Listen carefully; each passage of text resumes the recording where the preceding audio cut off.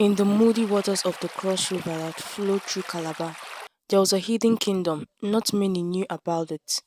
This kingdom was called Mermadia, and it was home to special creatures who were half woman and half snake. They were not the mermaids in storybook with fish tails. Instead, from the waist down, they had long, scaly bodies of snake. Lizzie was a young Mamadian princess. Unlike her brothers and sisters who had bright green and blue scales, Lizzie's scales were a deep dark red. This made her special in her kingdom because red was the royal color. Lizzie, come here. Her father, King Serpentis, called to her one evening as the sun was setting over the river. Lizzie swam to her father's throne, which was made of coral and river stones. The king looked worried. His long tail, snake tail, coiled around the base of his throne. Yes, father, Lizzie asked. Our kingdom is in trouble, he said with a deep voice that bubbled through the water. Our magic is fading. The elders say we need human blood to restore our powers.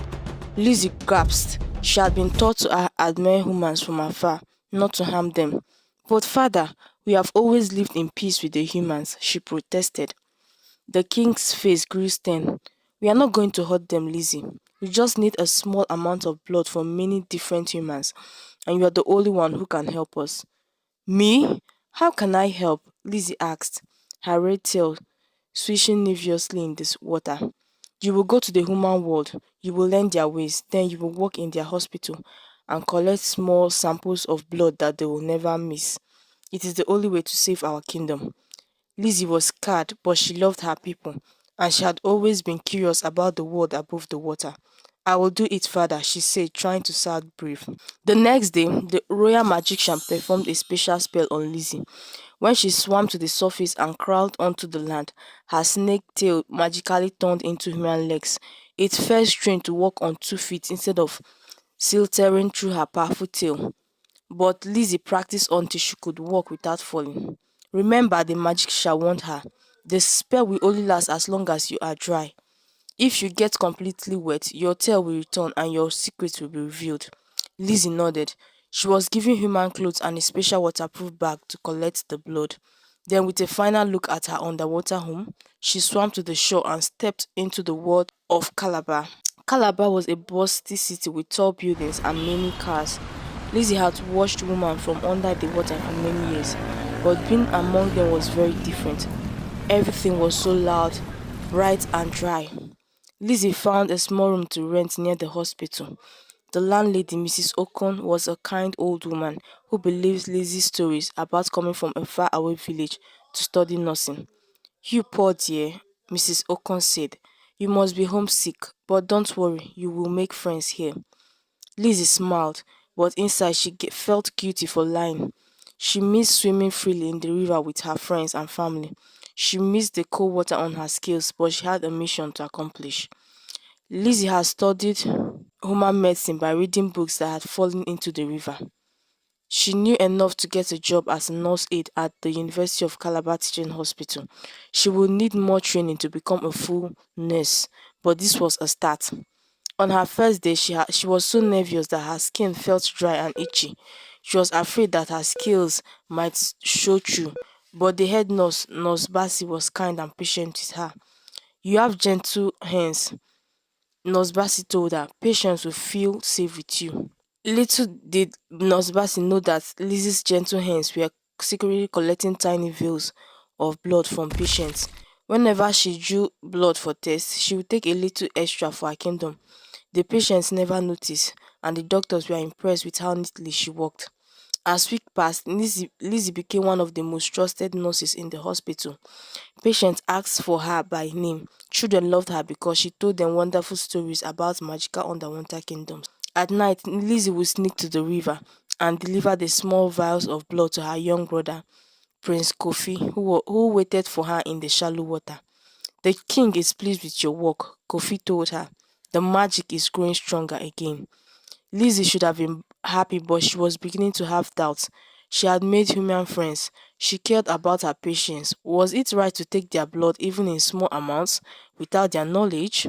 But she would think of her dying kingdom, of the young Mamadians who were too weak to swim, and she would harden her heart. It is for the good of my people, she would tell herself.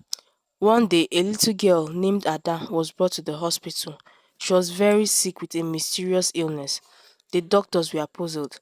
Ada kept getting weaker, even though they were giving her medicine. Lizzie was assigned to take care of Ada. The little girl reminded Lizzie of her youngest sister back in Mermadia. They had the same bright eyes and curious smile. Tell me a story, Ada asked Lizzie one night when she couldn't sleep because of pain. Lizzie sat by her bed and told her about a beautiful underwater kingdom where the creatures were half woman and half snake. I wish I could see that, Ada said weakly. Maybe someday. The next morning, Dr. Effion called for an emergency meeting of all the staff. We have discovered something disturbing, he announced. Someone has been tampering with the blood samples and possibly stealing blood from patients. Lizzie felt her heart pound so hard she was afraid everyone could hear it. We have installed security cameras, Dr. Effion continued. We will find the culprit. Lizzie panicked. She had to get the last batch of blood to her kingdom and then figure out what to do. That night, she sneaked out of her room with the vials hidden in her uniform pocket. It was raining heavily as she made her way to the river. The rain soaked through her clothes and she felt a tingling sensation in her legs. The magic was fading. She needed to reach the water before her legs turned back into her snake tail. But as she ran through the rain, she slipped on the muddy path and fell. The vials of blood spilled out of her pocket and broke on the ground. At the same time, her legs fused together and transformed back into her red snake tail. No! She cried out, trying to hide behind some bushes, but it was too late. A night watchman had seen her fall. What is this? Who is there? He called, shining his light in her direction. Lizzie tried to slither away, but the light caught her, revealing her human upper body and snake tail. The watchman screamed and ran away, shouting about a monster near the river. Lizzie knew she had to escape. She slithered as fast as she could to the river and dove in. The cool water embraced her and for a moment she felt relief, but she knew she could never return to the human world. Her secret was out.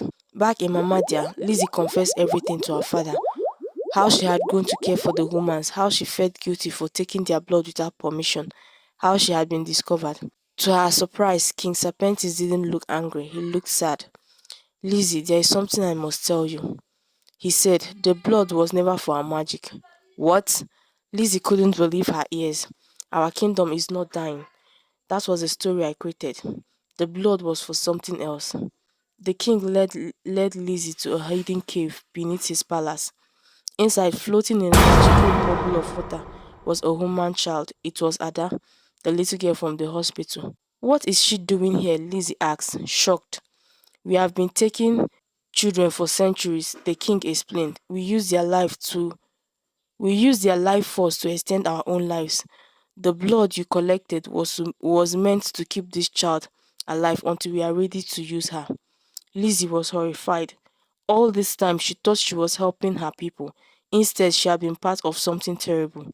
This is wrong, father, she said firmly. We can't sacrifice human lives for our own benefits. It is our way, the king insisted. It has always been our way. Lizzie would not accept this. In that moment, she made a decision that would change everything. I won't let you hurt Ada or any other woman, she declared. Before her father could stop her, Lizzie broke the magical bubble. She grabbed Ada, who was unconscious, and swam as fast as her powerful tail would take her. The king's guard chased after her, but Lizzie knew the hidden parts of the river better than anyone. She reached the surface near the hospital and carried Ada to the emergency entrance. The little girl was still alive but very weak. Please help her, Lizzie begged the security guard at the door. She knew she was revealing herself as a Mamadian, but she didn't care anymore. Ada's life was more important than her secret. The guard was too shocked by Lizzie's appearance to move. Just then, Dr. Effium came out. He had been working late. His eyes widened at the sight of Lizzie with her snake tail. But when he saw Ada in his arms, his doctor's instinct took over. Bring her inside quickly, he ordered. Lizzie carried Ada into the hospital. Everyone stared at her, but no one tried to stop her. She placed Ada gently on the bed, and the medical team immediately went to work. She needs blood, Lizzie told Dr. Effium. My people have been draining it slowly. That's why she wasn't getting better. Dr. Effion looked at Lizzie with a mixture of fear and curiosity. And you? What are you? I am a Mamadian, Lizzie replied. I am so sorry for what my people have done. The news of a half human, half snake creature spread quickly through Calabar. Some people were afraid and wanted Lizzie captured. Others were curious and wanted to study her. But Dr. Effium protected her. She saved her dad's life. He told the authorities, whatever she is, she has a good heart. Lizzie told ev- Lizzie told them everything about her kingdom and their practice of taking human children. She knew she was betraying her people, but she couldn't let the kidnappings continue.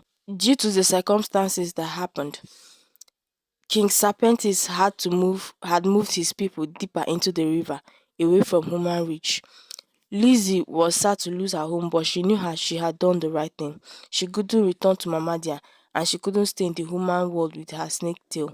She was caught between two worlds belonging to neither. But then Ada, who was recovering well, had an idea. Lizzie can live in the river but come to the hospital to work, the little girl suggested. She can be a bridge between humans and Mamadians. Dr. Effion thought this was a good plan. He built a special ramp from the river to a private room in the hospital where Lizzie could dry off and transform her tail into legs. Lizzie became a real nurse, one who used her knowledge to heal rather than harm. She specialized in helping children, telling them stories about her underwater home while she treated them.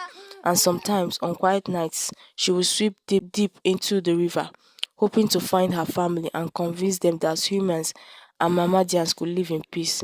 She never found Mamadia again, but she couldn't give up hope.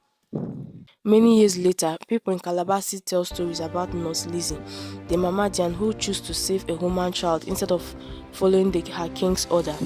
Some say they have seen a flash of red scales in the Cross River on moonlight night. Others claim they have been treated by a nurse with unusually gentle hands and knowledge of strange underwater herbs that can cure any illness. As for Lizzie herself, she found a place as a guardian of both worlds, a healer who taught humans to respect the river and its secrets.